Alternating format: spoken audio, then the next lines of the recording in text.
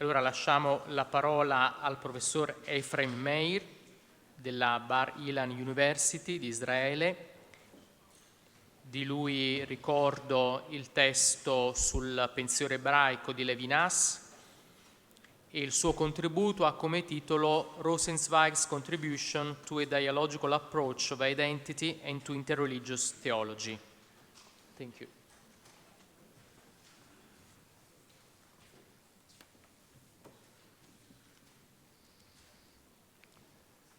Professor Kayan, Professor Rances, dear colleagues, ladies and gentlemen. Most of us live in multicultural societies. Our world has become small as international contacts multiply and access to the global internet has become part and parcel of our lives. Yet, identities are frequently fixed and fixated on the exclusion of others. Archaic fears resurge in our societies. Pluralism and heterogeneity are considered to be a threat. Fears exist alongside constructive, creative thoughts that lead to an appraisal of diversity and to the promotion of a dialogical society. In this complex situation, religions play a central role. José Casanova has observed that religions have a Janus face. They may deepen the fear of the other and encapsulate the other in a totality that refuses any alterity. They also can contribute to the humanization of society. The same energy may well be used for peace or for war. In a time of unprecedented religious violence, we have to reflect again, Bob Gibbs would say today, on the function of religion in society. Over the past half century, and even just the last 2 decades, religions have changed dramatically. We have witnessed radicalization, but also an enlargement of horizons. Interreligious contacts have become more frequent in what I call a trans-different spirituality. The other has become a potential source of inspiration.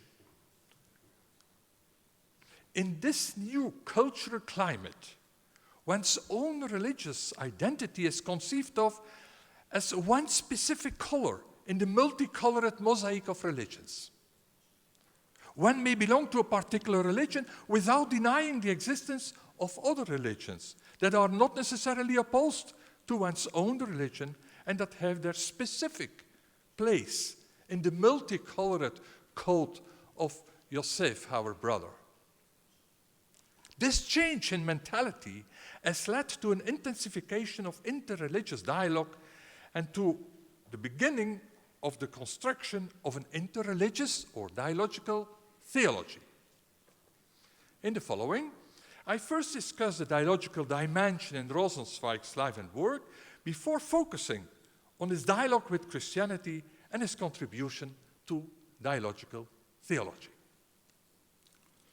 Under the influence of Eugen Rosenstock, in his early years, Rosenzweig almost converted to Christianity. In a letter to Rudolf Ehrenberg after the High Holidays of 1913, he writes that his decision to convert is no longer necessary and therefore no longer possible. Christians had to accept this new position. They must acknowledge that Judaism has the right to exist. This letter marks the beginning of a spiritual odyssey that led Rosenzweig to his non-fanatic return to a Judaism that recognized the role of Christianity in the process of redemption.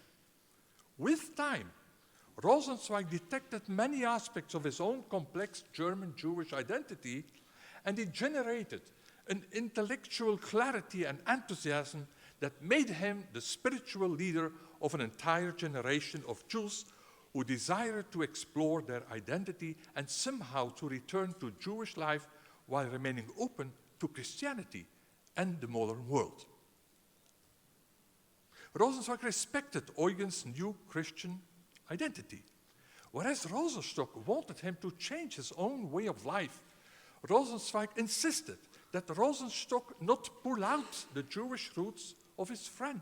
Rather, he had to water the dried out roots. Given the fact that Rosenzweig and Rosenstock soon went different ways, and that Rosenstock was an exclusivist, it is remarkable that Rosenzweig remained in dialogue with him. In the Leerhouse, Rosenzweig expected Edward Strauss to teach the Hebrew Bible and the New Testament. This dialogical attitude characterizes Rosenzweig's life until 1929, the year in which he referred to the Bible not only as the Hebrew Bible, but also as including the New Testament. After his return to Judaism, Rosenzweig heard Hermann Cohen, who in a not merely geographical move left Marburg, where he had founded the Neo-Kantian school in favor of Berlin, where he taught a Jewish constituency. Rosenzweig took up Cohen's idea that one becomes an individual in correlation with God.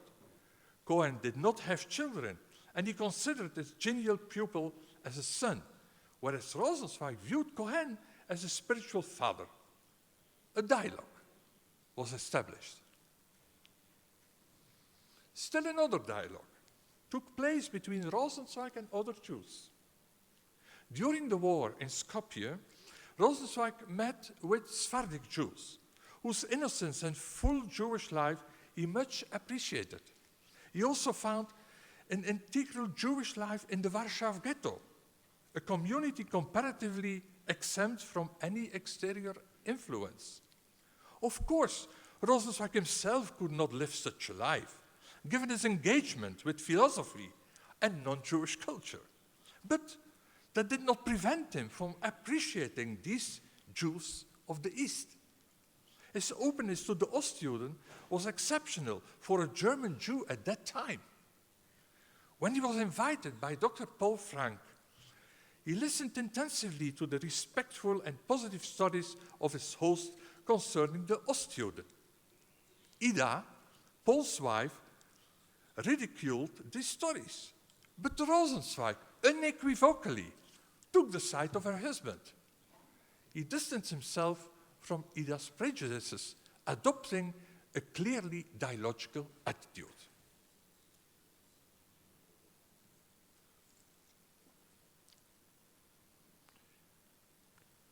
I could say some words about the dialogues in the Leerhouse, but I'm going to skip that in order to give you the occasion to read something which I didn't talk about. An additional dialogue was more internal and personal. Rosenzweig was a Jew and a German. In Germany, as in Babylon, 2 rivers would irrigate the land. Biblical verses were in his mouth, but so was Goethe. Significantly, his essays appeared under the title Zwei Stromland. He lived the European and the Jewish cultures. With time, however, he became more critical of the German state and its cruel war, immersing himself in the Bible, Jewish prayer, Midrash, Talmud, and Jewish philosophy. He felt himself to be a German, but first of all, a German Jew. He wrote that if he had to undergo surgery and they had to cut him in 2 pieces, he would know to which part his heart belonged. But would he survive the surgery? Rosenzweig's masterpiece, Star of Redemption, expresses a new thought, ein neues Denken, that aims to transform a person from a solitary, speechless being into an animated being. The Selbst becomes Seele, the self becomes a soul. Identity is therefore relational. The new thought appreciates the conjunction and. I and the other, God and the world, God and the human being, man and the world, philosophy and theology. The small word and therefore dominates Rosenzweig's entire thought.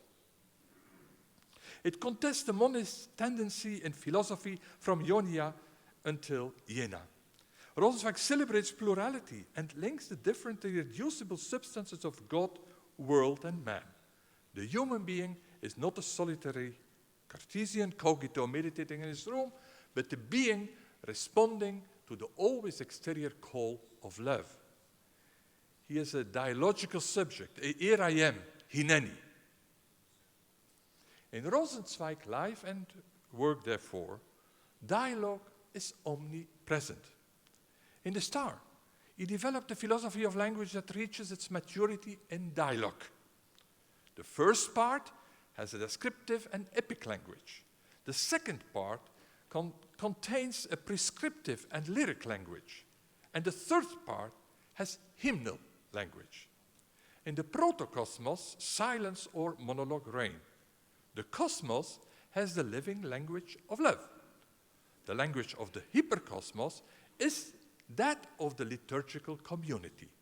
Dialogue, therefore, is at the heart of The Star. The language of the Song of Songs is revelatory because love is at the same time sensible and suprasensuous. The human language of love is the language between God and man. Like Johann Georg Amann, Rosenzweig thought that the living word precedes reason and is of divine origin. Language is primarily the expression of the presence and availability of a person to another person, the expression of unity in diversity. The marvel of conversation and the collective testimony of the community were for Rosenzweig the apex of language. I come now, going to focus upon Judaism and Christianity in Rosenzweig. Rosenzweig left the conjunction and, which both distinguishes and binds together. Judaism and Christianity were separated and connected. Both hear the divine commandment of love, ve'ahavta, and play a role in the process of redemption. Judaism is in relation with Christianity in a dialogical and critical way.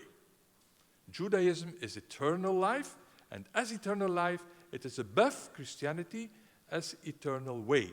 But both are interdependent. Fire and rays belong together. Without the fire, there are no rays.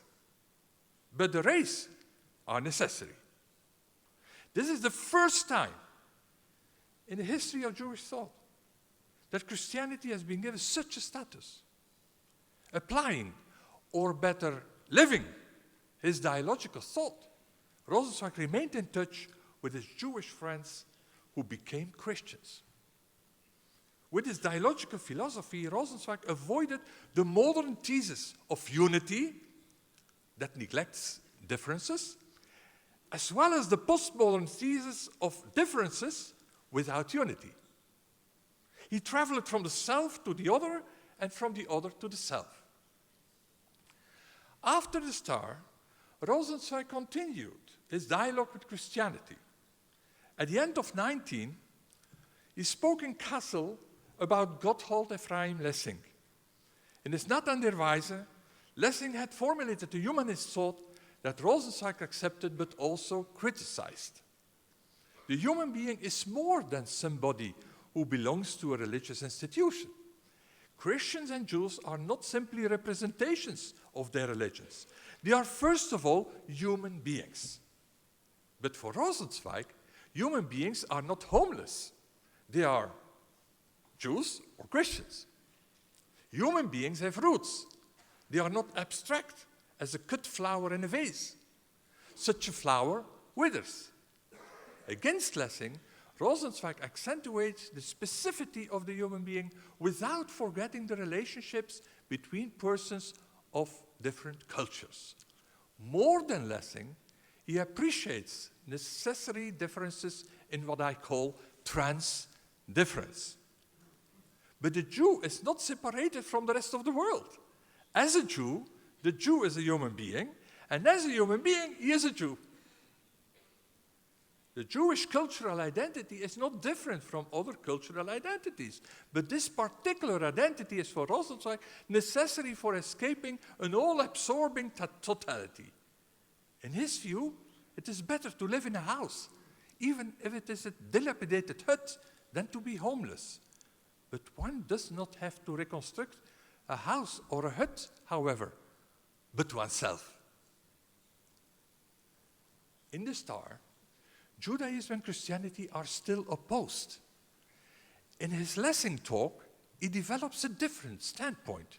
His new position is less dogmatic and more flexible. He adopts Lessing's egalitarian standpoint and abandons the classical position of Judaism as superior. Judaism and Christianity live their truth, which are relatively compared with the truth that is God himself. Under Lessing's influence, Rosenzweig's view becomes less antithetic. All are loved by God. The various institutions are not God's betrothed, they are merely houses of God's children. Rosenzweig highlighted differences more than Lessing did. But like Lessing, he thought about unity and brotherhood. In his fight against religious exclusivism, he left the idea of unity in and above difference. Already in the Star, he concluded that Jews and Christians alike will have to seek justice, live tenderly, and walk humbly with God, in the parlance of the prophet Micah. As did the prophet in Lessing, Rosenzweig knew that this truth is not yet realized.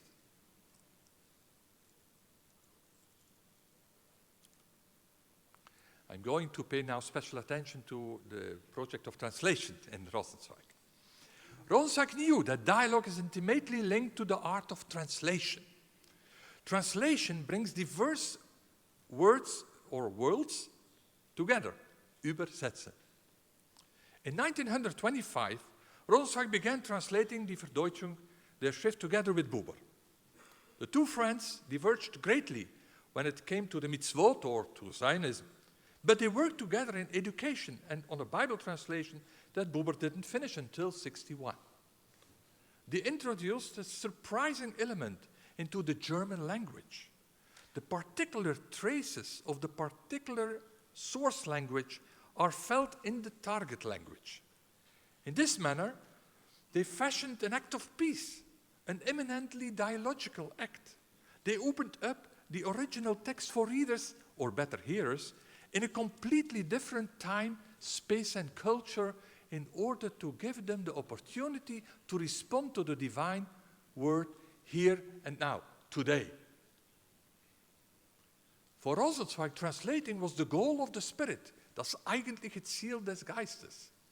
He thought, for instance, that with the Greek translation of the Bible, revelation became accessible to the entire world. In a similar manner, Homer became a fact when he started speaking Latin. Language becomes truly audible and public, wirklich laut, in conversation between two people as an act of translation. Rosenzweig translated 95 poems of Rabbi Yehuda Halevi, thus bringing them into conversation with the new public. Language for Rosenzweig was fundamentally dialogue, and conversation was about translating.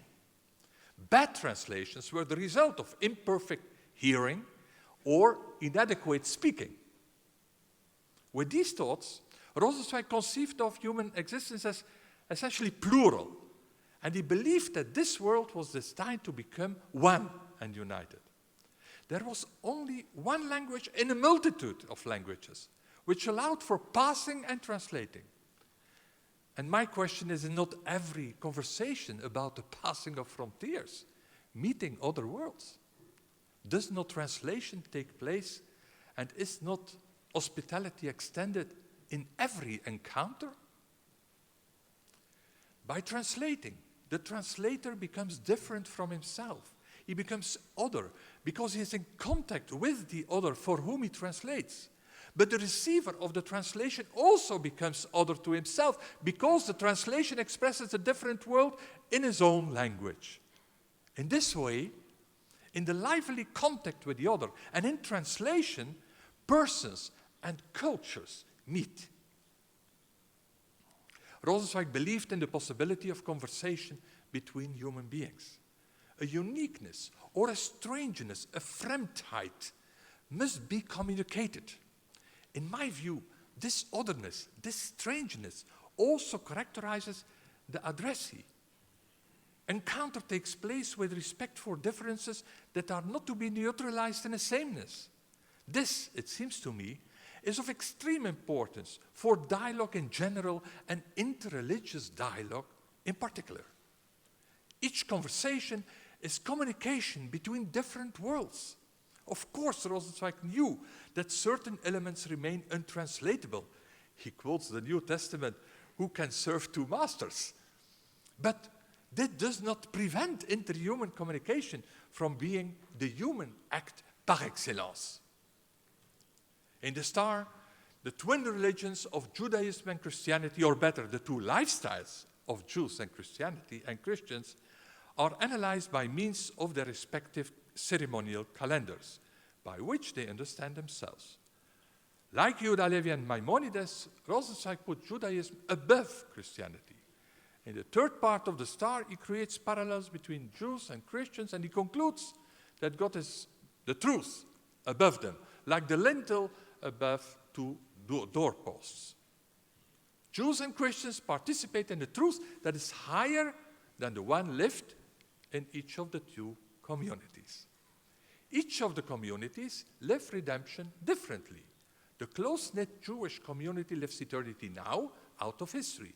The Christian missionary community is engaged in history. The one lives eternity in the present, the other introduces eternity in history. Christianity as the antipode child is conceived of as Judaism light for the nations. Christians are permanently on the road. Jews anticipate the eschaton. And rooted in themselves, liberated from time and history, with an eternal language, an eternal land, an eternal law, Jews live eternity in accordance with the benediction after the reading of the Torah, when we say Baruch Atah Hashem Melech HaOlam V'chayei Olam Nata B'tochenu, blessed are you, Lord, Master of the world, who has planted in us eternal life. The Jews are on the bridge above the flux of time. Christians are on their way, viewing the river of time, on their way to eternity.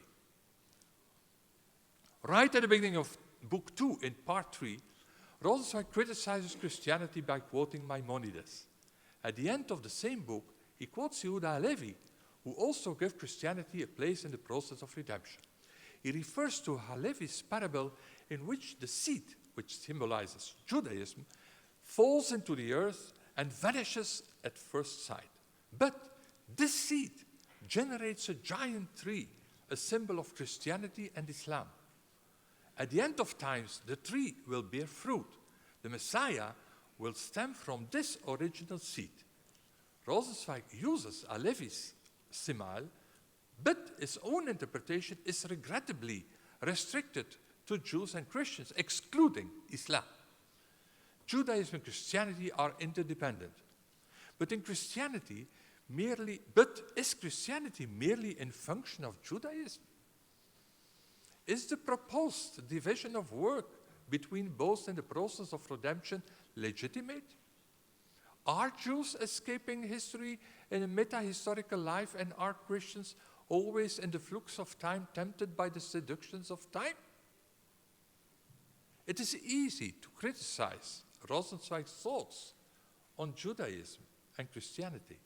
Nevertheless, we should never forget that Rosenzweig was an eminently dialogical thinker who contributed to interreligious dialogue and to dialogical theology, to which I come now. Rosenzweig's hermeneutical and dialogical talents are manifest in his more than 1,000 letters to Gridley, Rosenstock, Hussey, published 15 years ago. In this amazing correspondence, Rosenzweig discusses differences between Judaism and Christianity, but he also brings them into unbroken dialogue. The two religions have to achieve a messianic politics through which eternity enters into the world. Both testify to the miracle of revelation, to divine voice that commands to love. Both have in common the Song of Songs that celebrates human love as well as the love between God and human beings. Both have their own grammar of pathos, but the grammar of eros makes these special grammars transparent to each other. In my own words, in transdifferent love, differences are connected. True communication is based on differences as well as going beyond them. In the encounter, differences are no longer obstacles, but the marvelous gift of a particular existence of one person to another.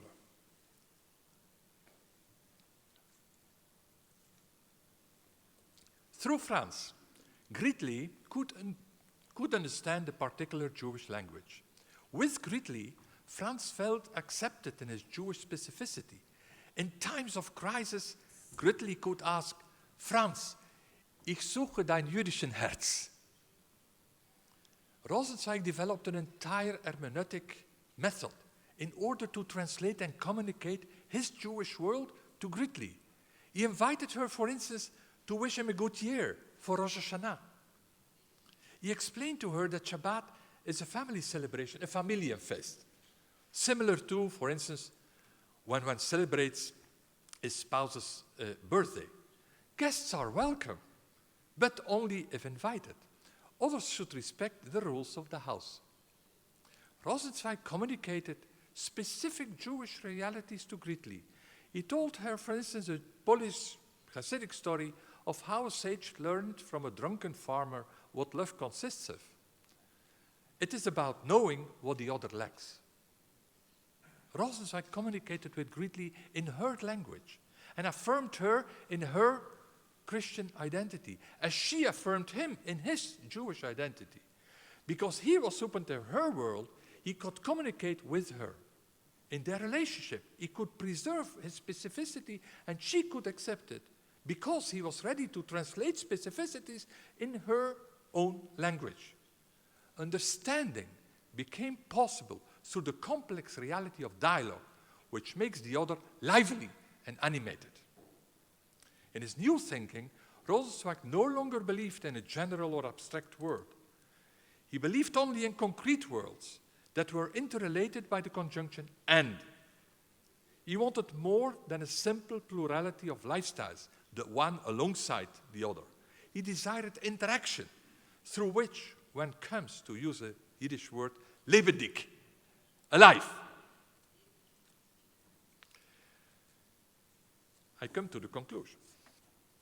Rosenzweig developed highly sophisticated thoughts on alterity and communication. Not everything was easily communicated due to incommensurable particularities. Dissimulation was crucial for him. It was even the condition of relation. This attention to differences is a prerequisite for a dialogical theology that appreciates a plurality of approaches to the ultimate, what John Hick would call the ultimate reality. Rosenzweig did not propose a minimal religiosity for all, or a Kantian religion within the limits of reason. In his transdifferent thoughts, heterogeneity and religiosis, as well as bridging and translating, were focal. Notwithstanding his hierarchization of religions and his limited Eurocentric horizon, Rosenzweig may be called a pioneer in interreligious dialogue. The Jewish and the Christian communities were connected with each other. In his intercultural thought, Rosenzweig noted that Christians tell Jews not to forget the world, whereas Jews ask Christians not to assimilate into the world. Judaism is in proximity with Christianity. The two need each other. They are complementary, but critical also, one of the other. And showing the interaction between Judaism and Christianity, Rosenzweig contributed to a pluralization of theology, his idea of a God who transcends the religions, is helpful in the construction of a transdifferent dialogical theology. Another eminent idea of his is that of a God who does not create religions, but the world. Gott hat eben nicht die Religion, sondern die Welt geschaffen. Rosenzweig's dialogical thought remains limited to two religions. Almost 100 years after his death, we may apply the Jewish saying, "These and these are the words of the living God, Elu ve'elu divrei Elohim chaim," to all religions. The dictum originally celebrates an intra-Jewish plurality. Today, it may refer to the polyphony of the religions of the world. It is not only the Torah that has 70 faces, Shivim Panim la Torah. We become conscious that religions are all attempts to approach the ineffable that escapes the grasp and touches the depths of human life. The ultimate reality is not approachable in only one religion or in a group of religions.